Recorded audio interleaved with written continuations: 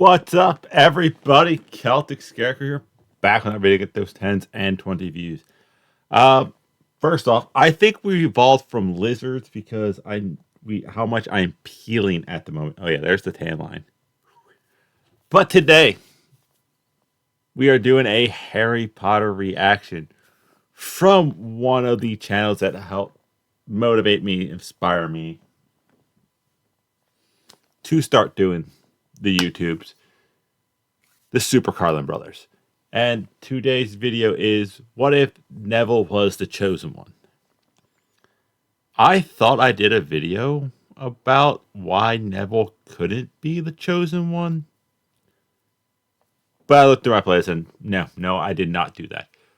But quick recap on why I don't think Neville could ever be the chosen one is, look at all the stuff Harry did through like the first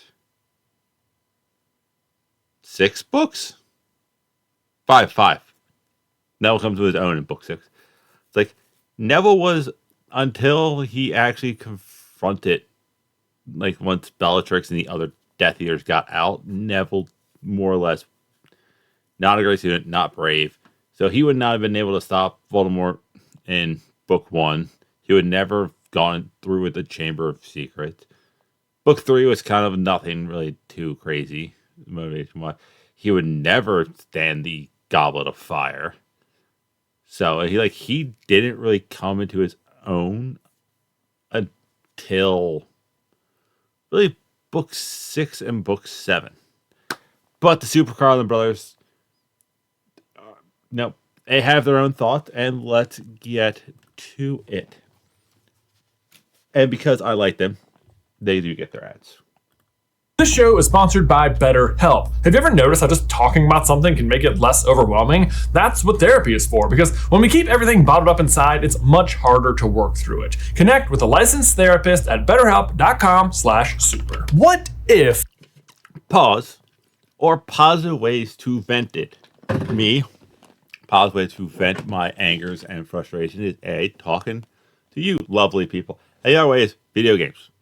I'm having a rough day and I need to get a lot off my chest. Violent video games.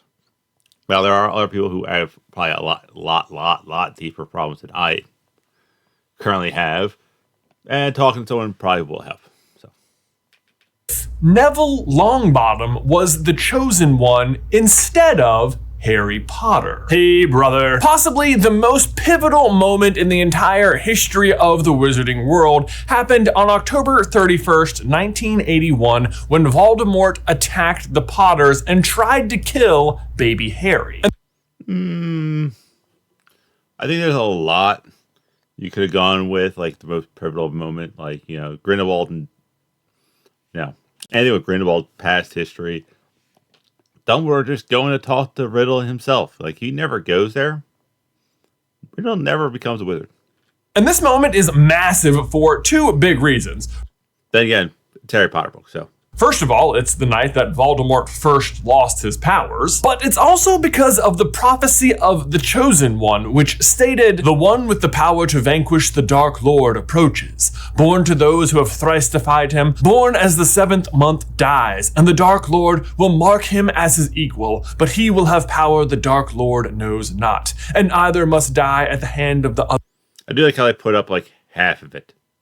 For neither can live. Oh, never mind. Dyslexia. I kind of got thrown off the place. While the other survives. The one with the power to vanquish the Dark Lord will be born as the 7th month dies. And thus, in attacking baby Harry, God, those eyes need to be green. But granted, you can't force green eyes on a baby. Voldemort, unbeknownst to himself, marked Harry as his equal, and, as Dumbledore says, handpicked the man most likely to finish him, handing him unique, deadly weapons.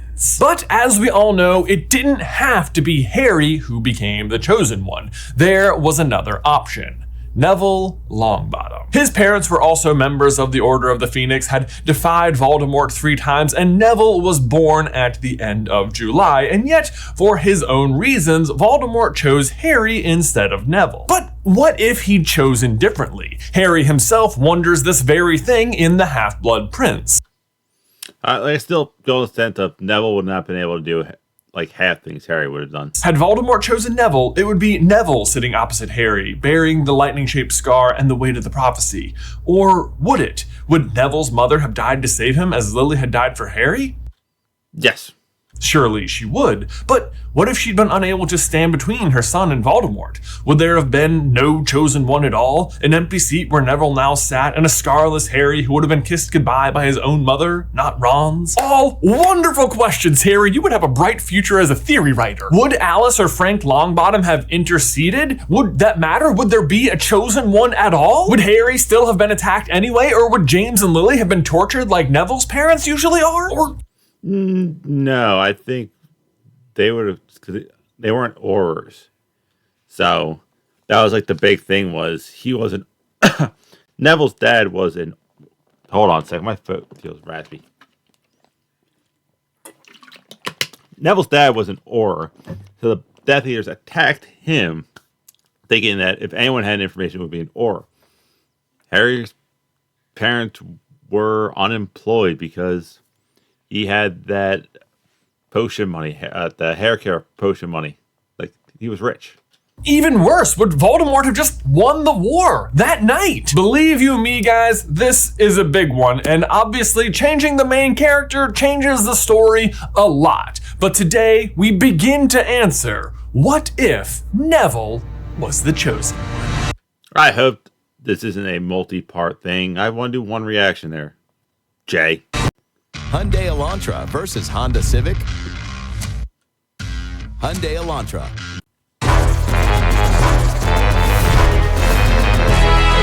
I'll fight you. But I am the chosen one. Okay, so what would it mean for Voldemort to choose Neville instead of Harry? Well, first we need to consider why Voldemort chose Harry in the first place. It wasn't just because he despised the Potters more than the Longbottoms, or because he had more access to Harry, or just didn't know that Neville existed. As Those are all actually, well, access is the big one. ever with Voldemort, it is much more vain. Between the two babies, one was a half-blood, Harry, and one was a pureblood, Neville. And according to Voldemort's own pure-blood mantra, you'd think Neville would have been the obvious choice. If purebloods are truly superior to other magical beings, then Neville is obviously the greater threat, right? But Voldemort doesn't actually believe any of that. That's just his rally call. Instead, he believes that he is the most important, and he, unbeknownst to his followers, is a half-blood, and therefore he chooses Harry and recognizes him as the real threat. But Yeah, maybe. I think it has more to do with Snape. Snape knows the Potters, therefore, and hates them. Just put it like, oh, it has to be. If that's the prophecy, he heard the prophecy, goes, he only had to think it only could relate to the Potters. But what if he did choose differently? What if he actually believed what he says, that purebloods are superior to half-bloods, and chose Neville instead? Well, we know that Dumbledore knows that both Harry and Neville are candidates for the prophecy, because he tells Harry, Sybil's prophecy could have applied to two wizard boys. One, of course, was you. The other was Neville Longbottom. And of course we know how Dumbledore is planning to hide the Potters from being the target of the prophecy, which, in case you're wondering, he's already got that in motion before Snape reveals to Dumbledore that Voldemort intends to kill Lily Evans' son. So the scene where Snape arrives to plead with Dumbledore to protect Lily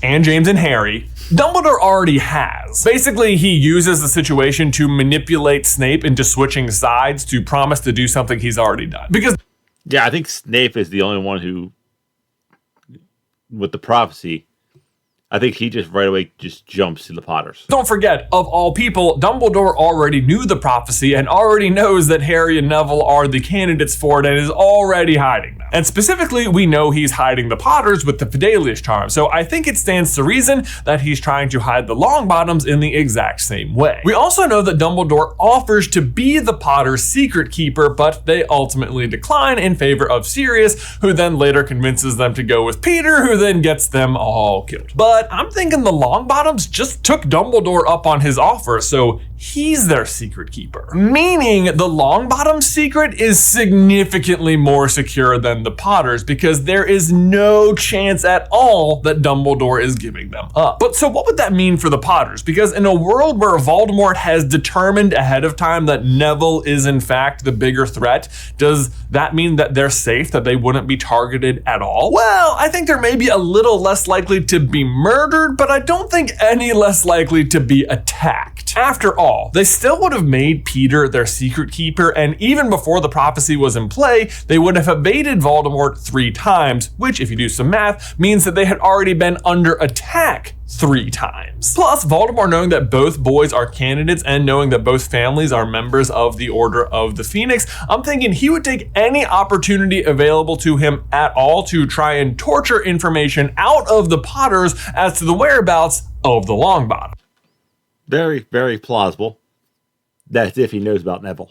Thus, and unfortunately, Peter's secret keeper information is still of extreme value to Voldemort, and I think he still tells them where they are, but I don't think it is Voldemort himself who personally attends to them. Which I know sounds dumb, like if he thinks there are 2 candidates who could fulfill the prophecy, that why wouldn't he just tie off loose ends and go ahead and kill Harry to begin with? But remember, Voldemort is the kind of absolutely stupid arrogant that just thinks he knows better. If he, Voldemort, believes that Neville is the subject of the prophecy, then 0 part of him is concerned that Harry is any threat at all. And so it would be Death Eaters who would attend to the Potters instead to try and torture information out of them. Which is bad news for the Potters for a couple of reasons, because 1, they don't know where the Longbottoms are, so they couldn't tell them if they wanted, which they wouldn't anyway, because the Yeah, they wouldn't. Potters are awesome. But 2, according to the rules of the Fidelius charm, the secret has to be given willingly and cannot be tortured out of you. So it's all really a moot point. But of course, that doesn't really matter to the Death Eaters, who don't mind torturing people for basically no reason. Plus, even in the main story, Bellatrix tortures the Longbottoms to the point of insanity, and that's after Voldemort had fallen. This time, however, Voldemort is still at large, so I think the outcome is largely the same, except for one pretty major change. I suspect, and for the sake of symmetry, since we're flip-flopping these stories, it is Bellatrix who is sent in to do the torturing. Which means, of course, that, well, there's absolutely no mercy to be had, but also that it is Bellatrix who Snape will appeal to ahead of time to try and spare Lily Evans' life. I think the reason why they didn't flee, like just apparate out of there, more or less they didn't think they can actually get away from Voldemort. Here they might think, oh, we can outrun these guys. Because of course Snape is still in love with her. Bellatrix, who is unreasonable at the best of times, does take this under consideration, thinking to herself, well, it's probably good if Snape owes me a favor. And so Bellatrix attacks the Potters. And while she might not intend to harm or kill Lily going in, there's just no way Lily doesn't fight back. Especially if James is there being tortured right in front of her and she thinks Harry is about to be harmed. Like, she's gonna get in there. And once she does, Bellatrix isn't gonna hold back at all. But no matter how much pain Bellatrix inflicts, the Potters reveal nothing about the Longbottoms. First of all, because they can't, and 2, because they never would, because they're good people. And recognizing their complete uselessness, Bellatrix kills James, but at the very least spares Lily on Snape's behalf. But as ever with Bellatrix, this is perhaps a fate worse than death, and even more cruel to Lily, whose mind is now addled, very similar to the way that Neville's parents usually are in the main story. In the main story, I think it's also worth noting that the Death Eaters, even though they Yeah, if you only watch the movie, you don't really know what happened to Neville's parents. torture Neville's parents, do not harm Neville himself. And so I think baby Harry also remains pretty unscathed throughout the night, but that leaves him in a very curious position. Normally, when Voldemort attacks the Potters, the backfiring Avada Kedavra spell blows up the house and breaks the Fidelius charm. But this time, that doesn't happen. The charm is still in effect, and the only people that know about the location are the Death Eaters. So, unlike usual, it's not like Sirius can just show up and find the ruins of the house. Instead, it is Snape who comes to investigate the aftermath of the attack, and the one who finds baby Harry and Lily and rescues them, bringing them to Dumbledore, pleading for help. Which he does show up in the book. Obviously, Dumbledore agrees, but as per usual, traps Snape in his employ as part of the bargain. Lily ends up in St. Mungo's, and Harry ends up with his godfather, Sirius Black. Sirius, of course, doesn't end up in Azkaban this time, because even though he absolutely knows that Peter was the spy and hates him for it, there's really not a whole lot he can do about it. Because in the main story, it all kind of backfires in Peter's face. The very night he reveals himself as the spy, Voldemort also falls. But this time around, Voldemort just stays in power and so can continue to protect Peter. Alright guys, and now we need to pause to give a huge... We'll just mute. So far, it's kind of... I see where they're going with a lot of this. But at the same time, it's like... This does feel like it's part one of part something. Yeah, in that situation, with that being said, I think Snape might have actually tried to raise Harry, which would be a very hilarious story. But with the whole Peter thing, it's like, now you can just tell Dumbledore, yeah, here's your spy right here. And probably ends up going to Azkaban. But so far, I have a theory. I give it like a It's not. I don't think it's a great theory. Fast forward now. Get back to it.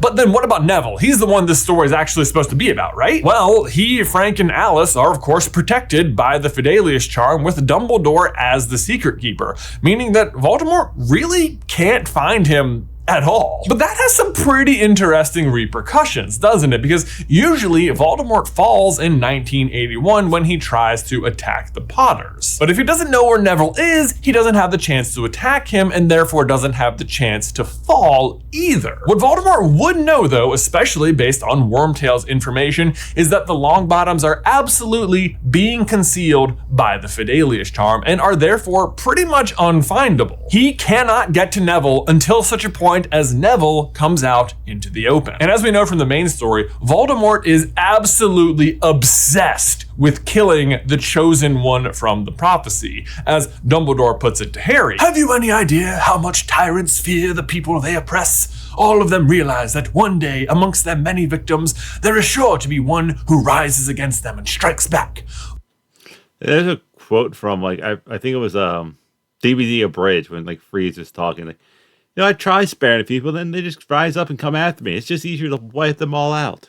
Voldemort is no different. Always he was on the lookout for the one who could challenge him. He heard the prophecy and leapt into action, with the result that he not only handpicked the man most likely to finish him, he handed him uniquely deadly weapons. Voldemort is obsessed with the prophecy and horribly afraid of Neville. Voldemort knows, or at least believes, that his only path to victory is by killing Neville, and the only way he will ever get access to him is if Neville comes out into the open. And he realizes the only way in which Neville will ever reveal himself is if Voldemort can create the illusion of safety and lure Neville out of hiding when he goes to school at Hogwarts. And this lines up with the prophecy super well in terms of neither can live while the other survives. Neville can basically never leave his house as long as Voldemort is out there, and Voldemort can never really rise to power until Neville leaves his house. But beyond that, we also know that Voldemort has no issue at all with operating in extreme slow motion. If you will recall, his usual rise to power in the First Wizarding War, from when he graduates Hogwarts to when he attacks the Potters, takes, 36 years? I mean, what's another decade, right? Especially when you're gonna live forever, which, lest we forget, is Voldemort's goal. And so his plan is put into motion, and for the next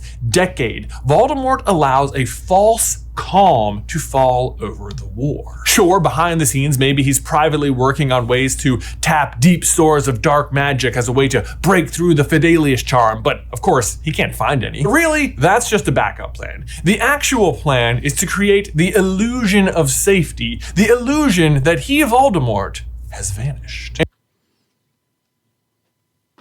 Yeah, I could see him doing that. Just he conquered, but then it's more or less the Death Eaters. It's all the crazy Death Eaters out there. The big thing with the main story is bulk of the Death Eaters either got captured, killed, or came back to the other side, Steve Malfoy's being a prime example of this. But in this timeline, would they just be willing to pretend like they were never on his side? I really don't think so. And so, with no warning whatsoever, all public Death Eater activity suddenly stops, which creates a very unusual, dangerous, and even optimistic tension within the wizarding world. Normally, Voldemort's downfall is extremely well known extremely quickly, with wizards celebrating all over the country by the following morning. Are the rumors true? But this time, things just stop with no explanation at all. Rumors, whispers, worries, and hope begins to spread. Is it safe to go back outside? Is Voldemort still out there somewhere? Did his sudden disappearance have something to do with the Potters? It seemed like he vanished on the same night James was killed. And whatever happened to the Longbottoms, the powerful Aurors, Frank and Alice? They haven't been seen for weeks and then years and then a decade. Didn't they have a young son as well? What became of the lost Longbottoms? Could they have had something to do with Voldemort's disappearance? And of course, the longer nothing happens, the more people begin to believe it's safe again. Sure, people are False sense of hope, calm for the storm, all that great chestnuts. I'm also like looking at his background. Like, you definitely got Spider-Man. Is this supposed to be like Iron Cat? This looks like Avatar, but that looks more like Zuki than May, or not May, Azula. nervous at first, but year after year, nothing happens and things begin to return to normal. Sure, some people remain skeptical, but the longer it goes on, the less people are willing to even tolerate that because they just don't want it to be true. But of course, as we know, Voldemort isn't gone at all. He's just biding his time, waiting for Neville to grow up and attend Hogwarts, where he can finally attack. Which brings us to year number 1. Neville Longbottom and the, say it with me, Chamber of Secrets. Oh yeah, buckle up you guys. This one is going to be fun. Make sure you tune in next week to find out what happened. Really? I was hoping for one video theory. How will Voldemort plan his attack on Neville, who's in the open for the very first time? Will Professor Quirrell still change sides? And what of the famous Harry Potter, who has now been raised not by the Dursleys, but instead a very proud Sirius Black, who misses his best friend, who was killed by Voldemort on the same night he seems to have disappeared? I promise we have got a lot in store for this one. We were sitting around for like 4 hours yesterday just talking about all the different plot lines we might have to cover, and I was like blowing my mind. It's gonna be so fun. But hey, in the meantime, speaking of going to Hogwarts, if you want some more wizarding fun, I would like to take a second to invite you to our brand new Super Carlin Brothers virtual race, Miles Managed. I'm so excited about this. Miles Managed is a virtual community race that will take us, the entire Super Carlin Brothers audience, from King's Cross Station to a magical castle in Scotland. Here's how it's gonna work. I say it's a race, but really it's much more about completing rather than competing. All you have to do is download the Pacer app and join the Super Carlin Brothers group. You can do that by scanning this QR code on the screen right here, or there's a link in the description down below. And Pacer is just a pedometer or a step tracker. So how it's going to work is once the race starts on June 1st, anytime you walk around out here in the real world, it'll move your marker on our virtual race course forward from King's Cross north to our magical castle. The actual distance between the start and finish is like 400 miles in real life, but we've been able to scale it down to just 120. So it's actually gonna look like you're really booking it across England. Plus, along the way, Yeah, I do that in like a few days at work. That's nothing. we have created 10 magically inspired checkpoints to help keep you motivated, maybe go that extra mile each day, reach the next checkpoint. And if you're wondering how we chose the destination point for the end of the race, well, a while ago, we made a theory guessing the exact location of the castle. So we use those coordinates to set our destination point. So it's like a very Super Carlin Brothers inspired racetrack. And of course, no race would be complete without a medal. And if you want to get a medal to put on yourself after you have finished the race, you can head over to carlinbrothersmercantile.com, where not only do we have a participants medal, we also have a cool moisture wicking shirt and a water bottle. And if you buy any of them, $2 from every purchase goes towards the Trevor Project. So it is just, I love everything about this project. Seriously, if you're looking for any excuse to just get moving this summer, this is a great way to do it and to just get involved in the SCB community. Again, there is a link in the description down below, and hope to see you out on the racetrack.